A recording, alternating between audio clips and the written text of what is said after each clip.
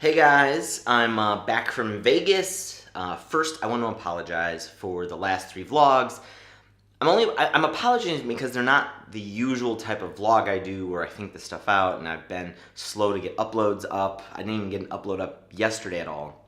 Good morning, it's Monday and we're going to Vegas.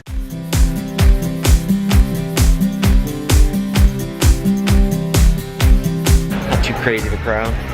We are kind of on a tight timeline though. We can't really have any delays. We missed this like team dinner. And then we've got other things. One guy's already missing it. He's like stuck.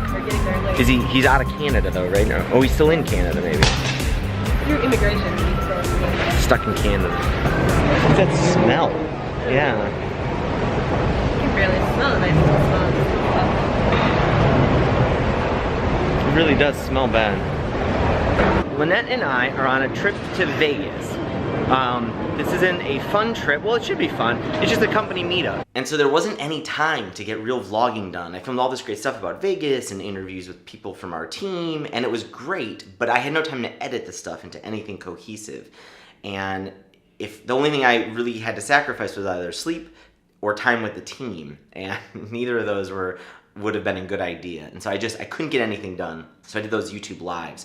YouTube Live, it's a great experience. I'm not sure it's for me. It takes me a while to kind of compose thoughts. I really like the editing process, so I'm not sure I'm gonna, the YouTube Live stuff, it's like me saying a lot, and it's really shaky video. Not my favorite stuff. I'm actually pondering deleting the last 3 videos. Yeah, that was freaky. Some guy left his bag at the bottom of the escalator, but it didn't seem like he was, I think he forgot his jacket somewhere. Now I called security on him, though his bag probably won't be there. So I'm debating whether or not I should even do those types of really quick things like, hey, I'm live doing something weird, I can't upload a really good vlog today. Should I just skip those when the situation arises again, which I'm sure it will? When I go on vacation and I feel like I'm not gonna have time to really edit the vlog well?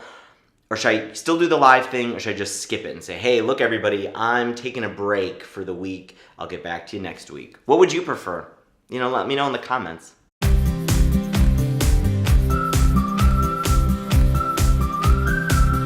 All right, here we go. On the plane. There you go. No delays, knock on wood.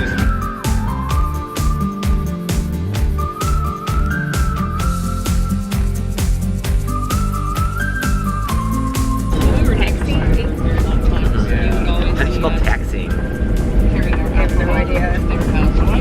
I tried and it didn't work. I think you did. What else could it be besides T-I-X-I-I-N-G?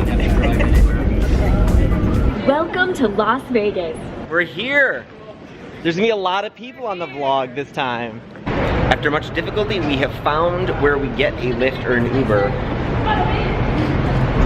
We're now waiting for a Lyft.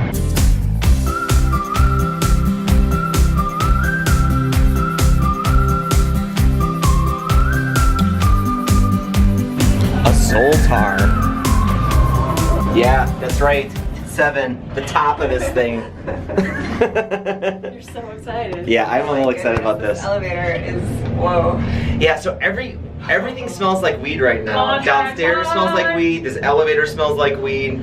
This is quite, was the guy just smoking in the elevator? He must have had it or something. Yeah. There's a guy who got, Vaping. and he worked here, I think, right? It looked like he was, yeah. I mean, do what you gotta do. Yeah, you're in the place that, Buy yourself an elevator, Wow. Well, this is kind of neat, guys. This is enormous. Wow. So we are at the Real World Suite. This is so I don't know, like a few years ago there was a Real World season something like that, was here at this suite. We decided, what the hell, it wasn't that crazy, it wasn't expensive. This was like a legit, we aren't like throwing money away, but it's because downtown Vegas is pretty affordable as places to meet up go. I've been to downtown before, hung out with Tony Hsieh. I liked what he was doing at downtown, so I thought, why not bring everybody here to check out what he's done with downtown? And we gotta go somewhere, so we checked out downtown. It turned out that there was a neat deal on the Real World Suite, and so we're working at the Real World Suite. We're living in other rooms. No one has to live at the Real World Suite because this place is cool, but it's a little weird.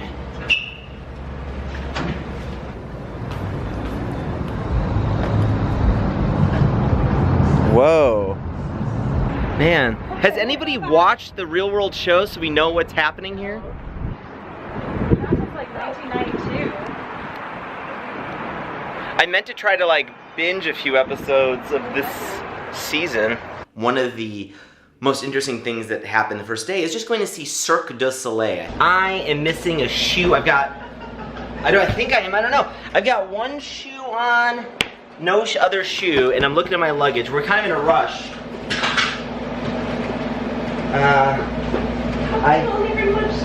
Oh, there it is. Everybody relax. I found it. Everybody chill. I got it. We are going to dinner, but we're late. Just a few minutes. Probably enough to cancel the reservation. Right, just enough to cancel the reservation, so we have to eat McDonald's. There's one called Love that's all based on Beatles music. It's at the Mirage. We've seen it before too. This is the second time we saw it with the team. It's a beautiful performance. The music's awesome. The circus itself is fantastic. We made dinner, even though we were super late. They let us sit down. Are we gonna be late for the show now? How did he even find us in this place? Where we come in. Yes. Time for a drink, sir. Yes. But I find Cirque du Soleil as one of these really great examples of reinvention. I think one of their first performances, actually, when they were first coming out, was called Reinventing the Circus. One of my favorite books is Blue Ocean Strategy. I highly recommend it. They go through the case study of Cirque du Soleil and how they reinvented the circus better than I can do in a short video. So I highly recommend checking it out. But that book, Blue Ocean Strategy, really highlights how Cirque took the circus and key elements that they thought were important in the circus, the venue, the trapeze, even clowns, and took them to a different place than circuses ever did. And by doing that, they basically created something that didn't even compete with circuses anymore. It competed with things like the theater. And by doing that, they opened up this blue ocean, this whole new competitive landscape for a performance like this. They weren't competing with circuses. A big concept in Blue Ocean Strategy is kind of brainstorming on 4 things that you need to do with your product, your company. You need to reduce the importance of certain elements that everybody's competing against. You need to raise some elements that people are competing with.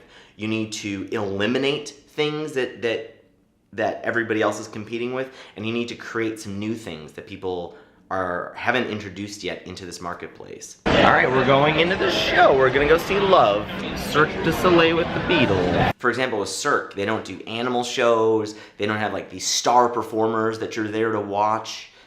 So those are some of the things they've eliminated. They've reduced a lot of like the slapstick humor of the traditional clown at a circus. The things that they raised, however, are things like the venue, right? They noticed like this venue is important in a circus, but they said, you know, forget the big top. Let's put it in a place where the entire place becomes part of the environment. The stage becomes water, the walls become light shows. Even the seats are these plush, comfortable things in Vegas to watch a circus. No longer are there hard benches. You know, they raise the quality, they raise the value of those attributes of the circus. And the things they created that no other circus were doing were things like plot lines, stories, music and dance. The really interesting aspect of introducing themes to the circus is now you can do the circus in multiple venues at once, and you want to go see all of them. They basically increase demand because no longer are you seeing one circus, but if you go to Vegas, it's likely that there's like there's probably 2 or 3 that you want to watch. I loved O and Love, and there's probably like 2 other Cirque du Soleils that I want to see right this minute. So it's no longer just one production I want to see, it's 4. Let's not die. Hey, how's it going? How many we got? We got 7. I can only take 2. Oh, really? Okay. Well, then 4 of us will go and... All right, and 2 of us will hold back. All right. We tried to get in a lift with 7 people. I guess it's a state law. You can't have something more than 6.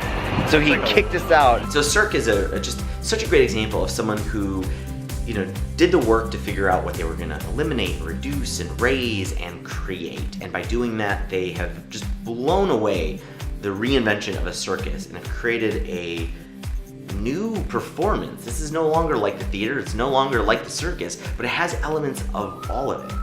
And by doing that, they're not just trying to compete with all the same people who would go see a circus or the theater. They basically just created a new marketplace, and they're just killing it. No. Oh. I have my phone. But seriously, of all things, the first thing you do in Vegas is Dunkin' Donuts? I had no That's like not even the first thing. I hope you are digging these videos. If you do, please hit the thumbs up. And if you're new here, I do a new video every single day, most of the time when I'm not on a company meetup or vacation. And I talk about business and history and psychology and how to create better products. And I will see you tomorrow. Bye, everybody.